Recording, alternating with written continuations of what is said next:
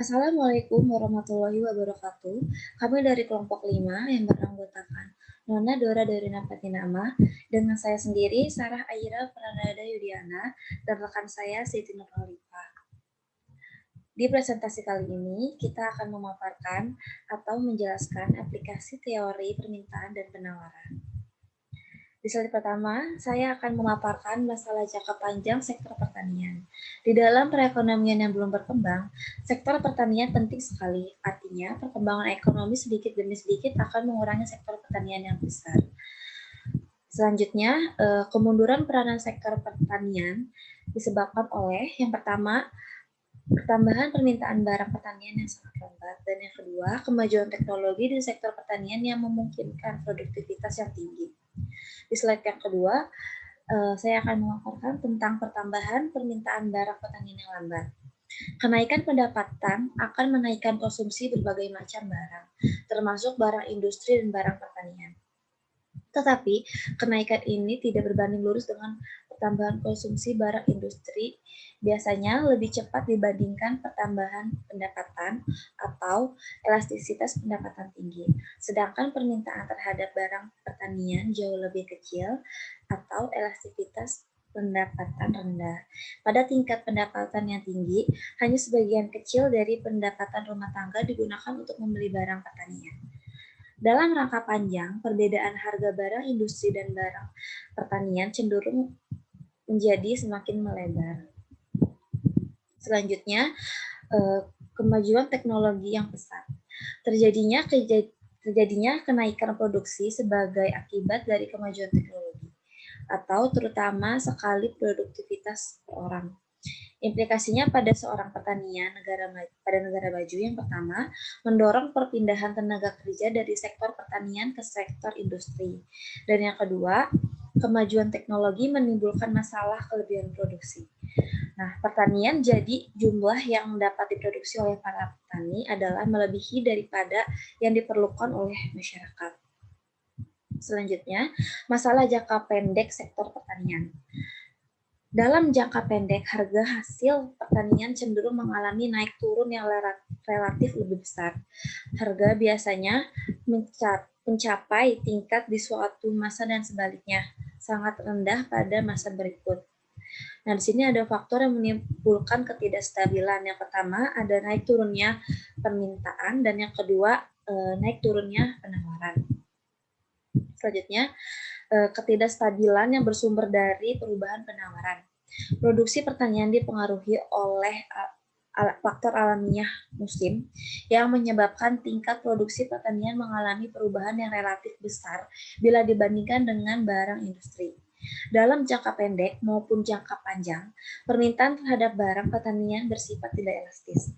Dalam jangka panjang, karena elastisitas pendapatannya adalah rendah, yaitu kenaikan pendapatannya hanya menimbulkan kenaikan kecil saja terhadap permintaan. Dalam jangka pendek, karena kebanyakan produk pertanian merupakan barang kebutuhan pokok harian, yaitu yang digunakan tiap-tiap hari. Oke, selanjutnya, slide selanjutnya akan dipaparkan oleh teman saya. Terima kasih. Halo, saya Nona. Di sini saya akan menjelaskan mengenai permintaan, pendapatan, dan penggunaan tenaga kerja. Yang pertama, untuk kegiatan pertanian, perubahan pemerintahan lebih mempengaruhi pendapatan daripada kesempatan bekerja. Yang kedua, untuk kegiatan industri, perubahan pemerintahan lebih mempengaruhi kesempatan kerja, sedangkan pendapatan tidak mengalami perubahan sebesar pada sektor pertanian. Beberapa cara untuk menstabilkan harga dan pendapatan pertanian itu ada 6. Yang pertama, membatasi jumlah produksi. Yang kedua, campur tangan dalam pembelian. Yang ketiga, menstabilkan harga pada keseimbangan pasar bebas. Yang keempat, menetapkan harga yang lebih tinggi dari harga keseimbangan. Yang kelima, menstabilkan pendapatan dengan subsidi. Yang keenam, kebijakan harga maksimal. Selanjutnya, pengaruh pajak penjualan. Pajak penjualan adalah pajak yang dikenakan oleh pemerintah dan dibayarkan pada waktu jual beli ke atas barang yang dikenakan pajak penjualan itu dilakukan. Insiden pajak dan elastisitas permintaan. Semakin elastis kurva permintaan. Yang pertama, semakin sedikit beban pajak yang akan ditanggung oleh para pembeli. Yang kedua, semakin elastis kurva permintaan, semakin banyak penurunan jumlah barang yang diperjualbelikan. insiden pajak dan elastisitas penawaran. Yang pertama, semakin elastis kurva penawaran, semakin banyak beban pajak penjualan yang akan ditanggung pembeli. Yang kedua, semakin elastis kurva penawaran, semakin banyak pengurangan jumlah barang yang diperjualbelikan. Efek subsidi pemerintah. Subsidi dan elastisitas permintaan. Yang pertama, semakin elastis permintaan, semakin besar dari bagian subsidi yang akan diperoleh penjual. Yang kedua, semakin elastisitas permintaan, semakin banyak pertambahan jumlah barang yang diperjualbelikan. Subsidi dan elastisitas penawaran. Semakin elastis penawaran, semakin kecil bagian dari subsidi yang akan diperoleh penjual. Yang kedua, semakin elastis penawaran, semakin banyak pertambahan jumlah barang yang diperjualbelikan. Kebijakan pemerintah untuk menstabilkan harga dan pendapatan hasil pertanian. Suatu upaya yang dilakukan pemerintah untuk mengatur harga yang berlaku di pasar. Selanjutnya, upaya pemerintah menekan harga. Di dalam masa perang atau ketidakstabilan politik, bahkan kadang-kadang juga dalam masa damai, ada kalanya penawaran barang sangat terbatas, padahal pemerintahannya jauh lebih besar.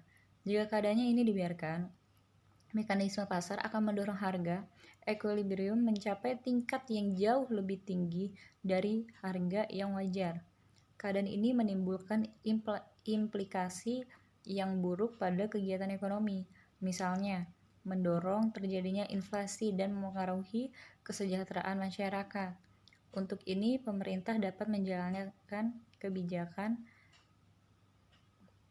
kebijaksanaan harga maksimum. Assalamualaikum warahmatullahi wabarakatuh. Saya Siti Nur Khalifah. Saya akan melanjutkan presentasi mengenai upaya pemerintah menekan harga. Di poin pertama ada penetapan harga minimum. Dalam jangka pendeknya, harga barang hasil pertanian cenderung untuk mengalami fluktuasi yang relatif besar.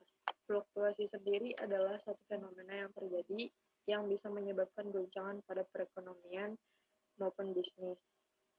Dari perusahaan atau pebisnis biasanya sudah mempersiapkan teknik solusi untuk menghadapi fenomena fluktuasi ini. Di poin kedua ada sifat yang menyebabkan perubahan yang sangat besar atas tingkat harga. Untuk poin ketiga, ada harga yang berlaku di pasar cenderung turun karena produksi yang terlalu besar atau permintaan yang berkurang. Maka pemerintah dapat menjalankan kebijaksanaan harga minimum, yaitu dengan usaha menstabilkan harga yang lebih tinggi daripada harga equilibrium di pasar. Selanjutnya ada harga dasar atau floor price dan harga tertinggi atau ceiling price.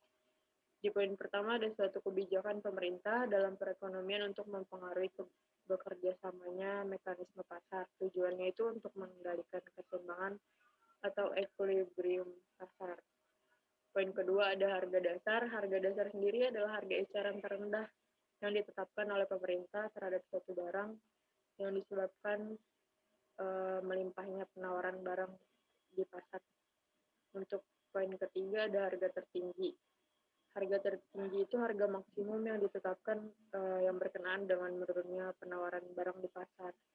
Nah, di sini ada gambar kurva tentang kebijakan harga dasar dan harga tertinggi terhadap barang pada huruf X.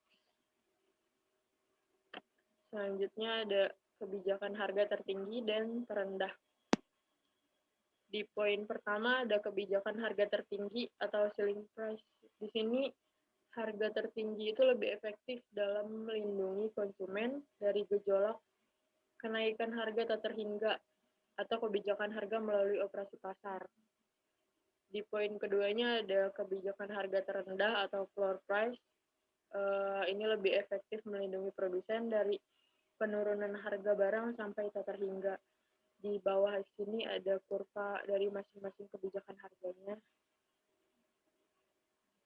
Selanjutnya, pengaruh pajak penjualan. Pungutan pajak penjualan akan menyebabkan para pembeli harus membayar lebih tinggi untuk memperoleh barang-barang yang dikenakan pajak tersebut. Semakin elastis kurva permintaan, semakin sedikit beban pajak yang akan ditanggung oleh para pembeli. Apabila kurva permintaan adalah elastis sempurna, maka seluruh pajak penjualan dibayar oleh penjual. Apabila kurva permintaan tidak elastis sempurna, maka seluruh pajak penjualan ditanggung pembeli. Semakin elastis kurva permintaan, semakin banyak penurunan jumlah barang yang diperjualbelikan sebagai akibat dari pemungutan pajak penjualan oleh pemerintah. Selanjutnya ada di poin pertama, pengaruh subsidi pemerintah. Dalam subsidi sendiri adalah pemberian pemerintah kepada produsen untuk mengurangi biaya produksi yang ditanggung produsen, sebagaimana subsidi dapat menurunkan harga. Keuntungannya dapat diperoleh pembeli dengan adanya subsidi bergantung pada besarnya penurunan harga yang berlaku. Di poin kedua ada subsidi dan elastisitas permintaan. Semakin elastis permintaan, semakin besar bagian dari subsidi yang akan diperoleh penjual. Di poin ketiga ada subsidi dan elastis penawaran. Semakin elastis penawaran, semakin kecil bagian dari subsidi yang akan diperoleh penjual.